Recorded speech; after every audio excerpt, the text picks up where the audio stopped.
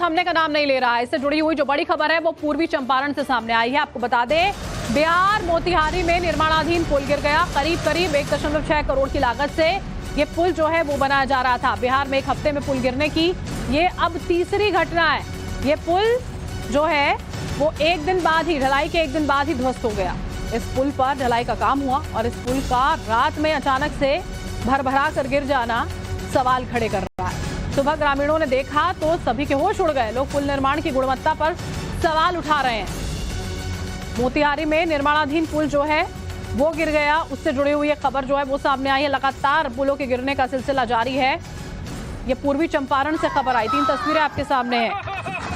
अररिया, सिवान और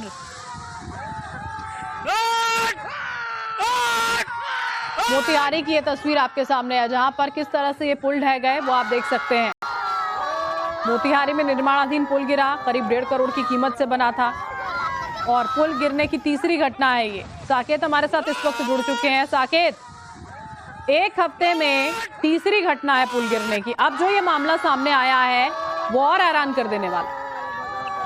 देखिए, बिल्कुल, क्योंकि एक के बाद एक इस तरह की घटनाएं बिहार में हो रही है। पहले अररिया हुआ, उसके बाद सिवान और फिर जिस तरह से पूर्वी चंपारण से ये तस्वीर आई है, किस तरह से ये पुल गिरा है। ये करीब इसी शनिवार को इस पुल के जो ऊपर का जो स्लैब होता है उसकी ढलाई हुई थी, जो जानकारी मिली है।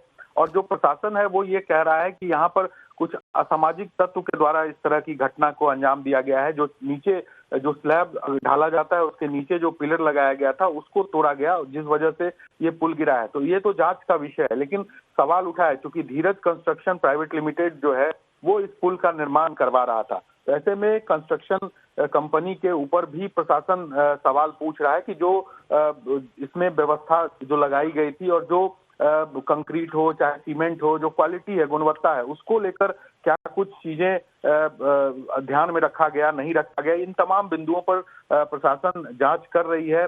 सरकार के तरफ से भी, चूंकि ये बिहार सरकार के निर्माण विभाग के तहत ये पुल जो है वो आता है, तो ऐसे में विभाग के तरफ से भी इसकी जांच करवाई जा रही है। लेकिन सवाल तो निश्चित तौर पर उठता है कि एक के बाद एक इस तरह से पुलों का गिरना बिहार में जारी है। तो ऐसे में विपक्ष भी सवाल उठा रहा है और सरकार को भी इस पर निश्चित तौर पर गंभीरता से देखना चाहिए।